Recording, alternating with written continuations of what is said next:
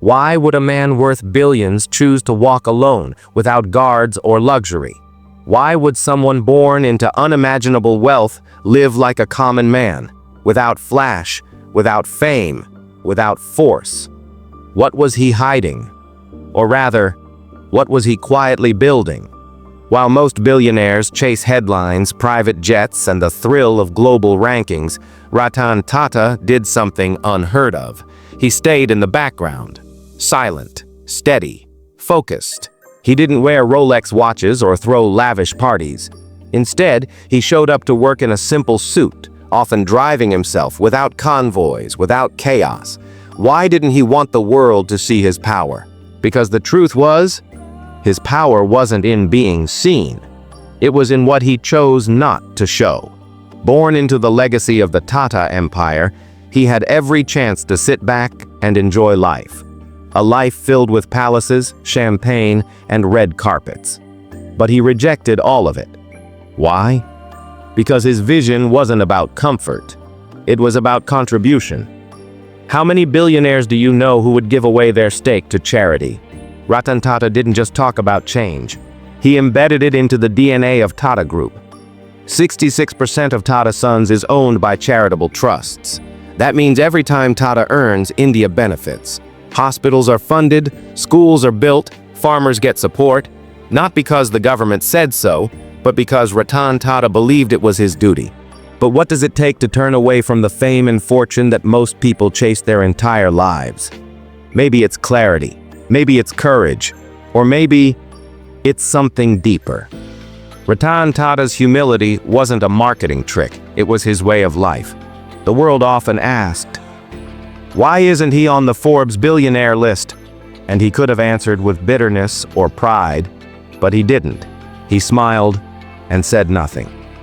Because what if real success isn't what Forbes counts, but what people feel when they hear your name?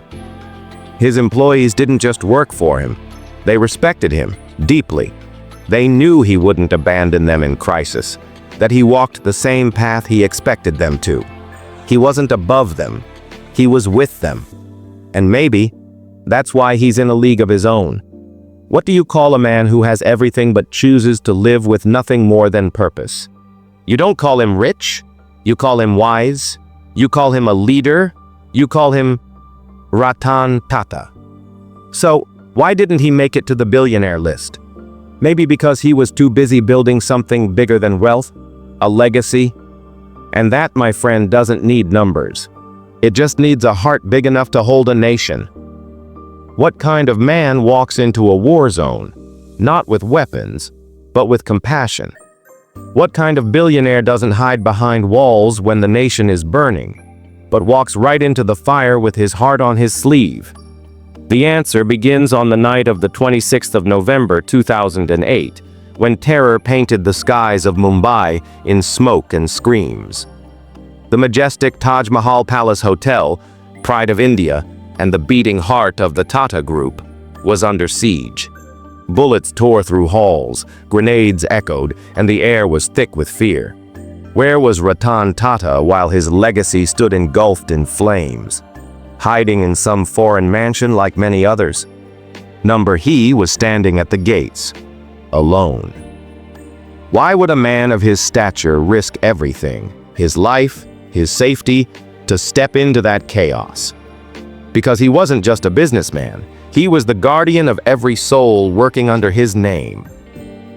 While the nation wept, Ratan Tata didn't issue a corporate statement.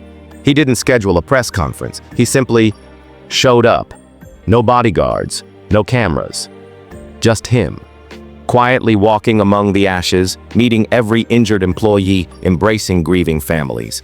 How many tycoons do you know who would personally visit the homes of each employee lost in the attack? He did.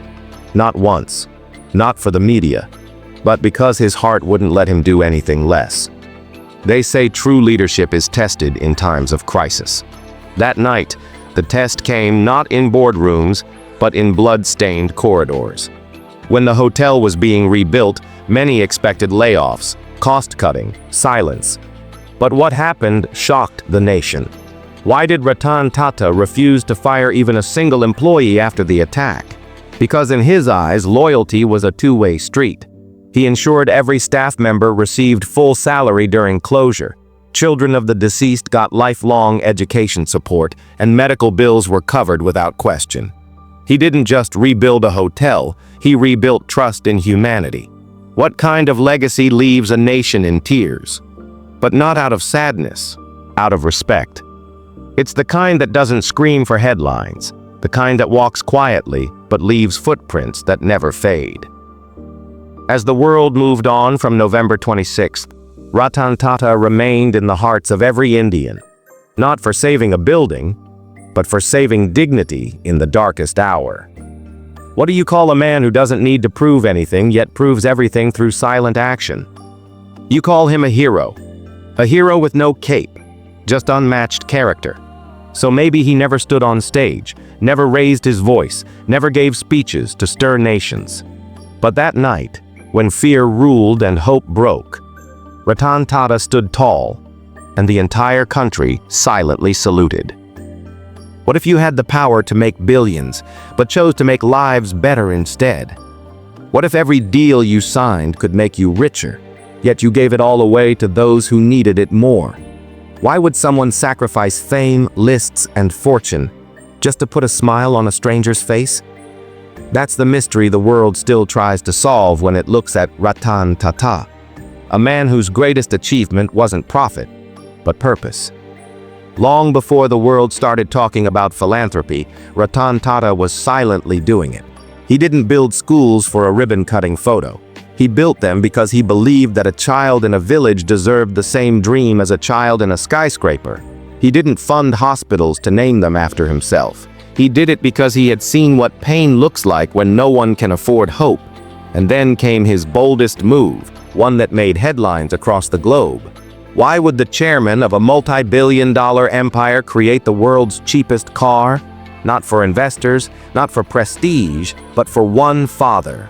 A man riding his family of 4 on a scooter through rain and risk. Ratan Tata saw that, and it haunted him. That image wasn't a meme for him. It was a mission, and so he gave India the Tata Nano, a car that wasn't just affordable, it was symbolic. It told millions of Indians, you deserve this too. But still, people kept asking, why isn't he on the Forbes list? Why isn't he among the richest men in the world? And the answer is perhaps the greatest plot twist of all. What if the reason he's not on the billionaire list is because he gave it all away? You see, 66% of Tata Sons is held by charitable trusts, which means when Tata earns, the country benefits. Hospitals, education, rural uplift, cancer care, clean water. Not marketing gimmicks, but generational impact. How do you measure the worth of a man who rewrote the definition of success? Is it in private jets, or the prayers of a family he helped without ever meeting them? Is it in stock charts or the smile of a girl now going to school because of a Tata Trust scholarship? The world may never fully understand this man, because he never played the same game others did. While they ran towards headlines, he walked quietly towards humanity. And still today, when you say his name, it doesn't bring to mind luxury or ego. It brings warmth. It brings trust. It brings something more rare than gold. Respect that can't be bought. So why does India salute him again and again? Because he didn't just build companies, he built people. He didn't just dream for himself, he delivered dreams to millions. Ratan Tata didn't make it to the billionaire list, because he made it to the people's hearts. And in the end, that's the only list that matters. If this story touched your heart, share it with someone who still believes wealth is only about money. Remind them, legacy is built with actions, not accounts.